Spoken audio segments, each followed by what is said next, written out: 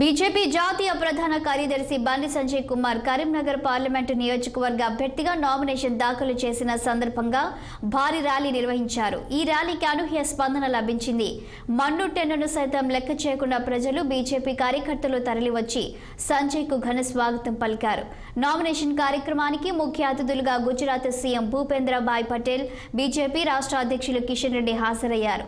SRR college నుండి court చౌరస్తా, Raju Chowk, Ganj, rural police station road, Kaman, Geeta Bhavan వరకు దాదాపు 2.5 గంటల పాటు ర్యాలీ నిర్వహించారు. మొత్తంగా మిట్ట మధ్యాహ్నం 45 డిగ్రీల మండు టెన్నును సైతం లెక్క చేయకుండా బండి సంజయ్ ర్యాలీకి కార్యకర్తలు దాదాపు 3 గంటల పాటు ర్యాలీ నిర్వహించడం, ప్రజల నుండి అనూహ్య స్పందన రావడంతో బీజేపీ శ్రేణులు సంతోషం వ్యక్తం చేశాయి.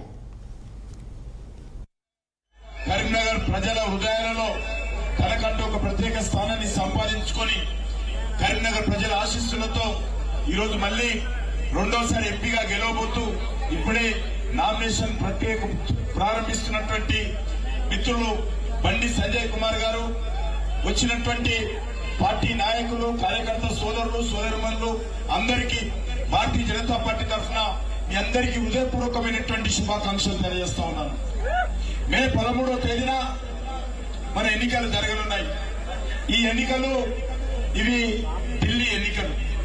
ఈ ఎన్నికల్లో ఈ దేశానికి ఎవరు ప్రధానమంత్రి కావాలో నిర్ణయించేటువంటి ఎన్నికలు ఈ ఎన్నికలు దేశంలో ఏ పార్టీ అధికారం ఉండాలో నిర్ణయించేటువంటి ఎన్నికలు.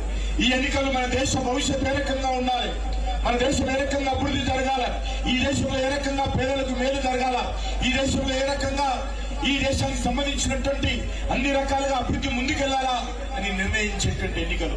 అందుకే మీ అందరినీ కోరుతా ఉన్నాం, మనమందరం కూడా ఈ రోజు నుంచి 13వ తేదీ సాయంకాలం 6 గంటల వరకు కూడా ఏ ఒక్క కార్యకర్త కూడా ఈరోజు పట్టిన జెండా విడవద్దు, ఎక్కడ కూడా విశ్రాంతి తీసుకోవద్దు.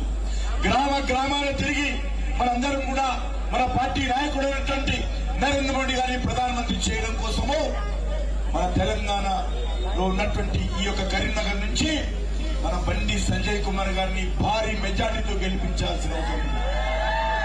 నాకైతే అనుమానం లేదు.